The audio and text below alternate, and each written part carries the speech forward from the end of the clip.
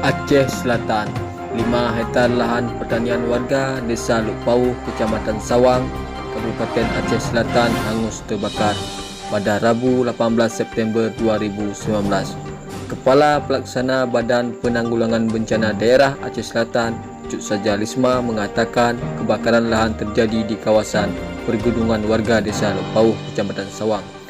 Luas kebakaran diperkirakan 5 hektar. Untuk penyebab masih dalam penyelidikan pihak kepolisian. Seperti dilansir Waspada Aceh, api berhasil dipadamkan oleh tim BPBD Aceh Selatan dibantu TNI Polri juga masyarakat setempat, walaupun ada sedikit kendala dalam melakukan pemadaman di lokasi lahan kebakaran. Demikian dilaporkan Tapak Tuan TV, Aceh Selatan.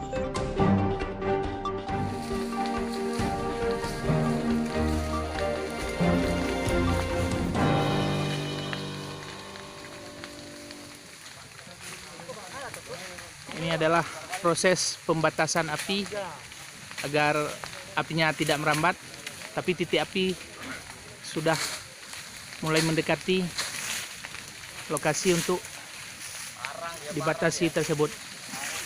Laporan dari petugas pemadam kebakaran hutan lahan di Gunung Luk Pauh, Kecamatan Sawang, Kabupaten Aceh Selatan.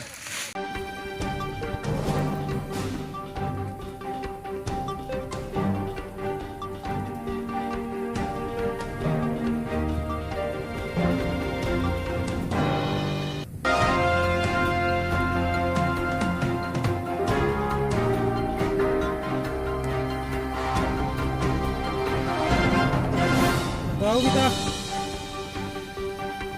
mungkin kebakar sendirinya, pasti dibakar nih.